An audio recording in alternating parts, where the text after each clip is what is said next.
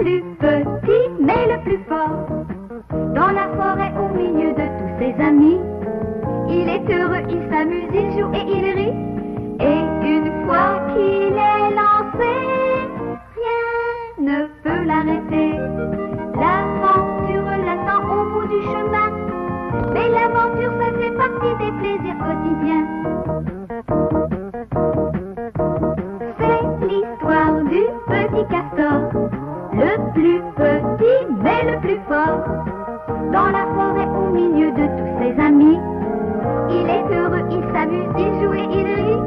Et une fois qu'il est lancé, rien ne peut l'arrêter. Il est rusé, audacieux, il n'a pas peur. Et quoi qu'il arrive, il sait démontrer qu'il a du cœur. C'est l'histoire du petit castor, le plus petit mais le plus fort. Et une fois qu'il est lancé, rien ne peut l'arrêter.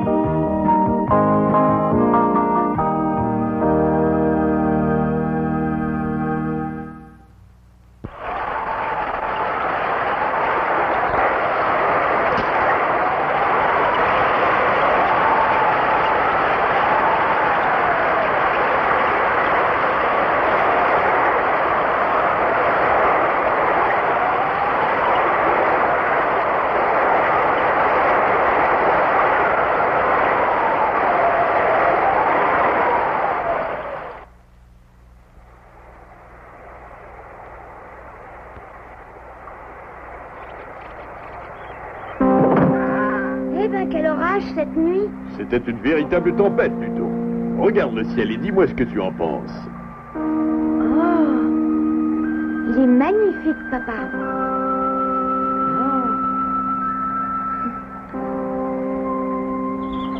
La pluie a lavé le ciel. Après un gros orage, il est d'une beauté, d'une pureté incomparable. Oh, en parlant de pureté, cela ne s'applique pas à la rivière aux rapides.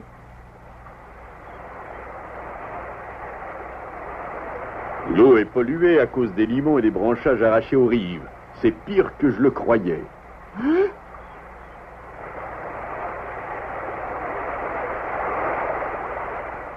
Si nous laissons tout cela s'accumuler, il va y avoir une inondation. Nous allons tout déblayer pour éviter cela. D'accord, Castor, mettons-nous au travail.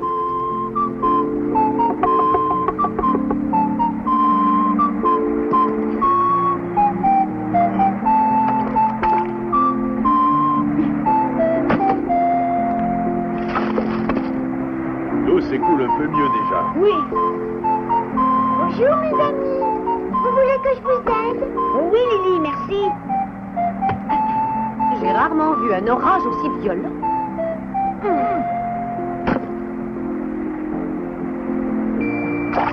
La rivière aux rapides n'est pas seule en cause, très probablement. L'orage a dû ravager la forêt. Il faudrait procéder à un grand nettoyage. Oh oui, vous avez bien raison. Attrape, Lily. Oh.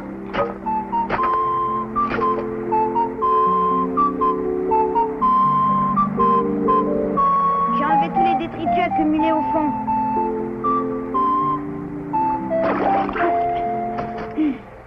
Tu as fait du bon travail, Castor. Il n'y a que lui qui pouvait faire ça. Il est tellement bon nageur. Arrête de me faire rougir. Bonjour tout le monde. Oh, Nounours et Mimi. Je ne sais pas si vous êtes au courant, mais l'orage a causé de nombreux dégâts dans la forêt. Le docteur Book a eu l'idée de faire appel à tous les volontaires pour effectuer le nettoyage. Dis au docteur Book qu'il peut compter sur moi. Oui, sur moi aussi. La maman de Lily nous en parlait il y a quelques instants et nous sommes tous d'accord. Si tout le monde est d'accord, il n'y a plus qu'à y aller.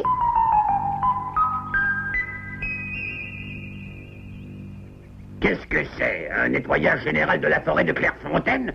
Non, merci, je ne suis pas volontaire.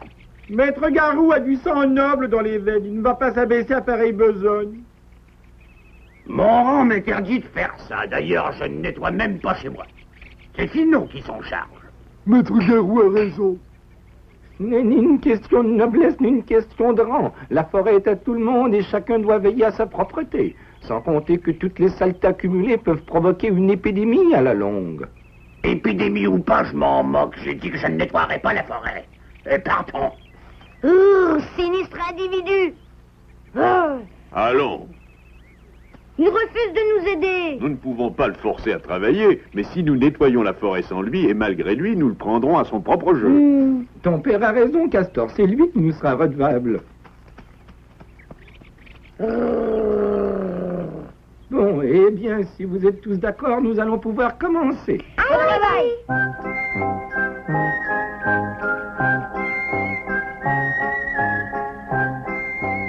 Bien considéré, ce n'est pas un travail aussi déplaisant que cela. Non, pas du tout, Docteur Book. Cela nous fera faire un peu d'exercice. Alors, par où commençons-nous? Attaquons-nous à ce secteur, tout d'abord.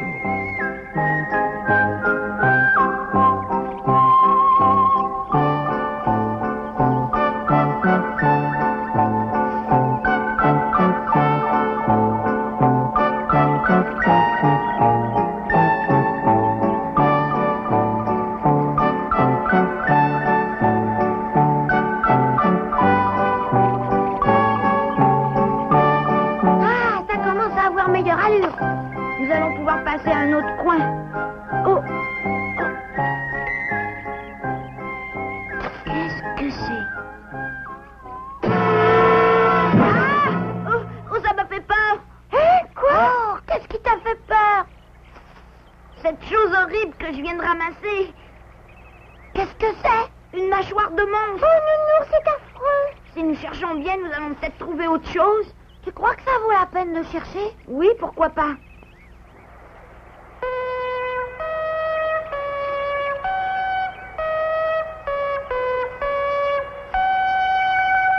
La forêt de Clairefontaine est très étendue.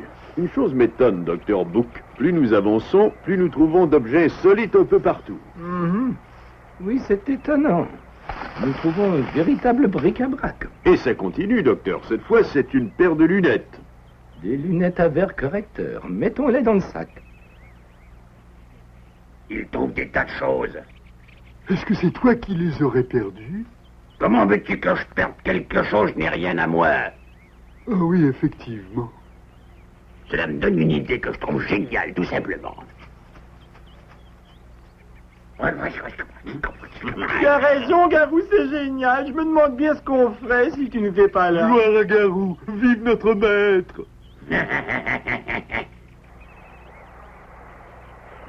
Tu trouves quelque chose, Castor? Est-ce que le monstre a perdu d'autres objets?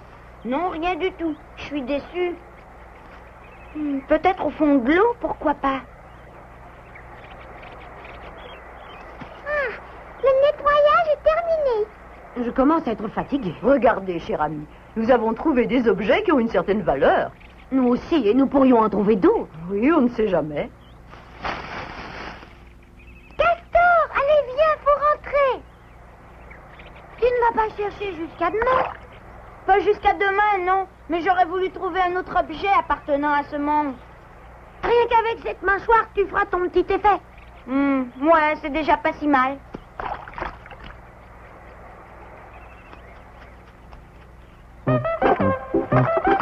C'est vraiment surprenant. Jamais je n'aurais imaginé que nous puissions trouver autant de petites choses. Oh, vous savez, les forêts sont une mine d'objets perdus. Ce nid de ruban m'appartient. Et justement, je me demandais où j'avais pu le perdre. Un petit coup de nettoyage, il sera aussi beau qu'avant. Mon bouton de culotte, dire que je l'ai cherché partout.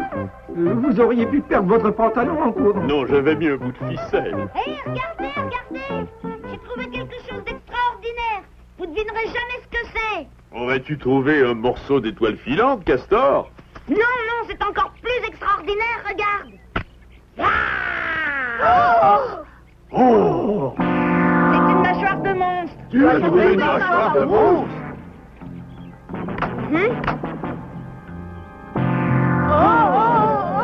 Je reconnais que c'est extraordinaire, en effet. Qu'en pensez-vous, Docteur Book? Voyons cela de plus près. Ah!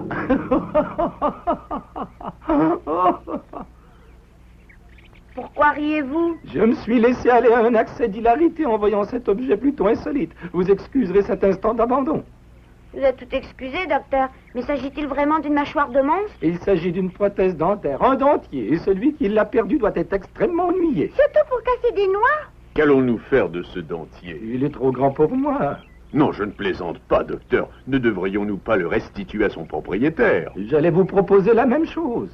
C'est bien joli tout ça, mais rien ne prouve que le monstre soit toujours dans la forêt. Je ne sais pas pourquoi, mais quelque chose me dit qu'il ne doit pas être bien loin. Oh, Oh, ça doit être lui, justement.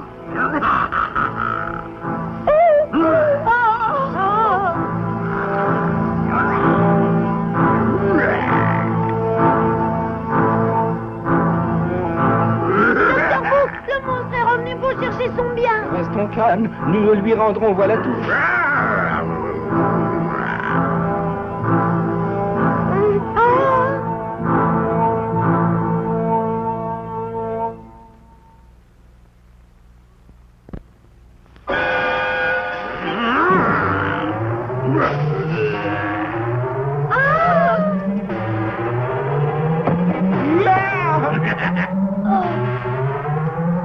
Cette mâchoire de monstre est à moi. Vraiment à toi? Pas tout à fait, non, mais je me charge de la rendre à son propriétaire. Tu racontes des histoires, comme d'habitude, parce qu'il ne s'agit pas d'une mâchoire de monstre. Ah. Si ce n'est pas une mâchoire, qu'est-ce que c'est? Eh bien, docteur, qu'attendez-vous pour répondre? Il n'a rien à répondre parce que moi j'ai compris, il veut la garder pour lui. Hein, comment oses-tu? Bon, d'accord, puisque tu la veux, tu n'as qu'à la prendre. Merci de votre bonté. Cela dit, celui qui détiendra cet objet sera dévoré par le monstre. Oh, bien sûr, je n'affirme rien. Le monstre peut tout autant te remercier qui sait. Et tiens, Garou. Non, merci, docteur, c'est contraire à ma religion. Non, franchement, jamais le dimanche. Au revoir, docteur. Garou joue les fanfarons, mais c'est un peu heureux. Faut dire aussi que vous avez joué la comédie avec Naturel. Je regrette, Castor, je ne jouais pas la comédie. Hein? Mais docteur Book, c'est vrai que celui qui garde ça risque d'être dévoré par le monstre? C'est parfaitement exact. Oh là là! Dans ce cas, que comptez-vous en faire? Il faut que je réfléchisse à la question. Je crois que j'ai trouvé la solution, docteur Book. J'aimerais bien la connaître.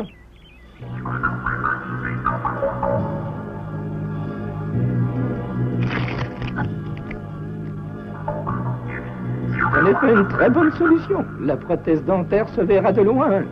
Le monstre l'apercevra, même s'il est myope. Et voilà!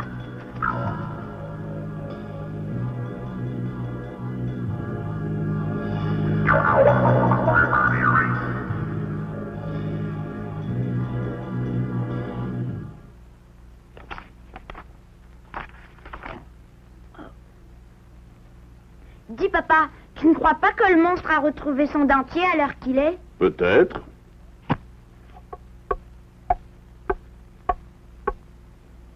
Oh.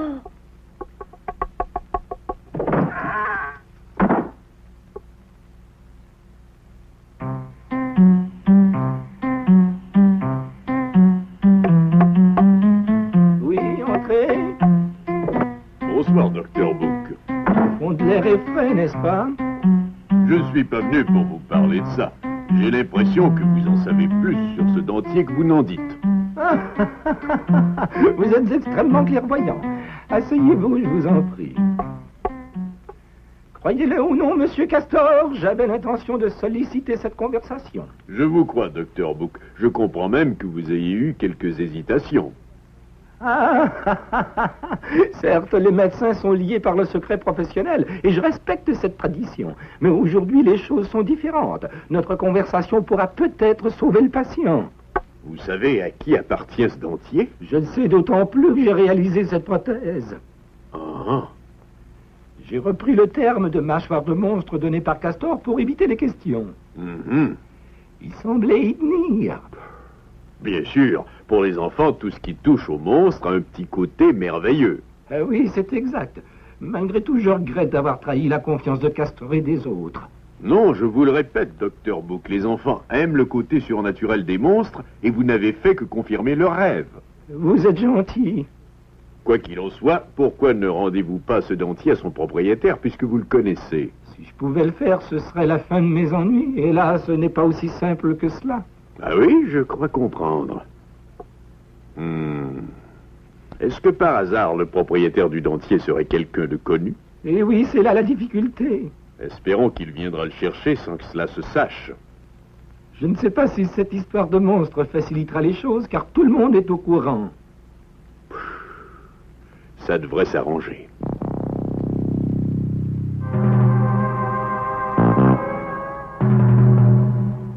Oh, je commence à avoir sommeil. Ah, moi, je dors debout. Attendons encore un petit moment. Tout ça pour voir un monstre. Tu crois que ça vaut la peine?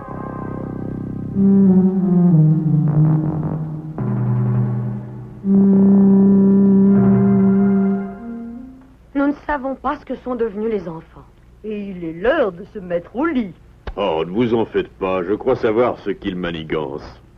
Certaines choses font peur aux enfants, mais ils veulent les voir quand même.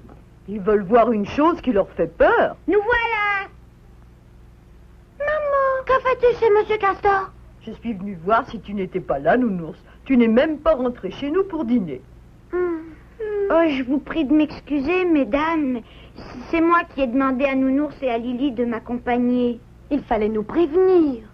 Mais enfin, quoi qu'il en soit, est-ce que vous avez vu le monstre? Hein? Vous étiez bien à la clairière au Grand Pin. Oh, ça alors, comment l'as-tu deviné, papa? C'était pas difficile à deviner. Ah oui? Nous n'avons pas vu le monstre, à notre déception. Ce soir, c'était qu'une opération de reconnaissance. Nous y retournerons demain à la nuit. Je te le défends. Oh. Madame Ours, soit dit sans vouloir vous contredire, les risques sont minimes. Par contre, ce ne serait pas une bonne opération de déranger le monstre. Oui, mettez-vous à sa place. Vous seriez gêné, vous aussi. Personne ne se sent très fier d'avoir égaré son dentier, n'est-ce pas? Monsieur Castor a raison. Rentrons à la maison maintenant.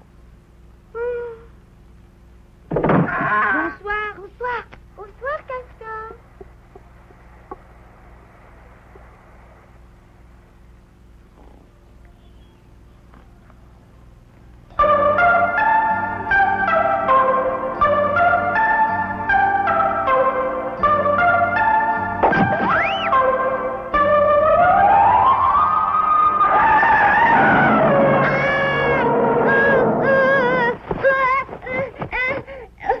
Oh, j'ai eu peur, mais c'était qu'un cauchemar.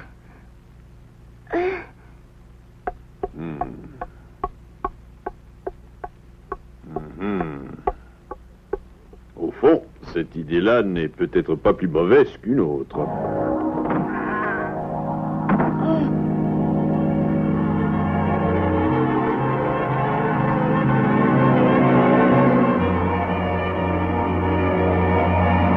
C'est curieux. Qu'est-ce que papa va faire près du Grand Pin?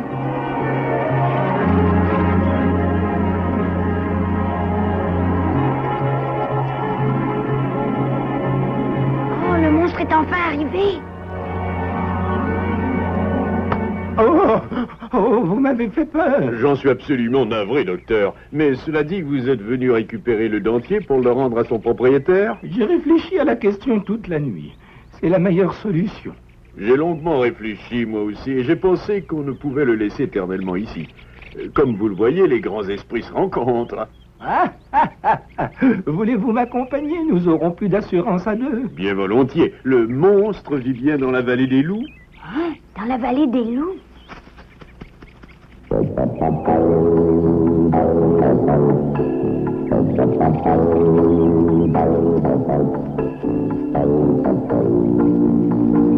Pourquoi cours-tu comme ça? Qu'est-ce qui se passe? Un grand événement. Nous allons voir le fameux monstre de près. Hein?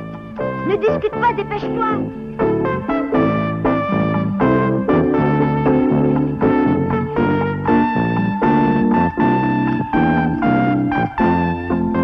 Nous n'en sommes plus loin, n'est-ce pas?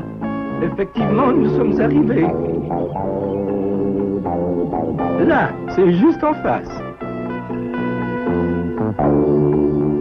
Mais c'est la demeure de grand-père Garou. C'est pas lui le monstre.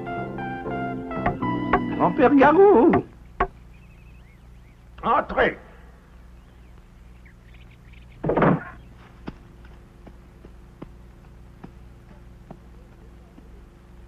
Je vous rapporte ce que vous avez égaré. Hein? Égaré? Non. Mais je regrette, ce n'est pas à moi. Ah bon, je vais le jeter dans ce cas.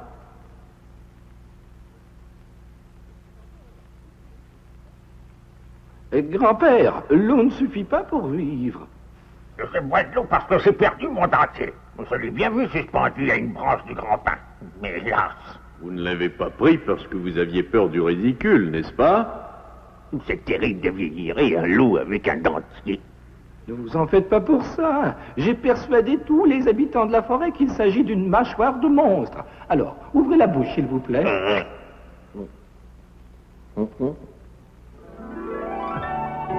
Je vous demande de n'en parler à personne, mais si cela venait à se savoir, vous imaginez la suite. Ne craignez rien, grand-père Garou, je suis lié par le secret professionnel. Et c'est le médecin qui vous conseille d'absorber des aliments solides à présent.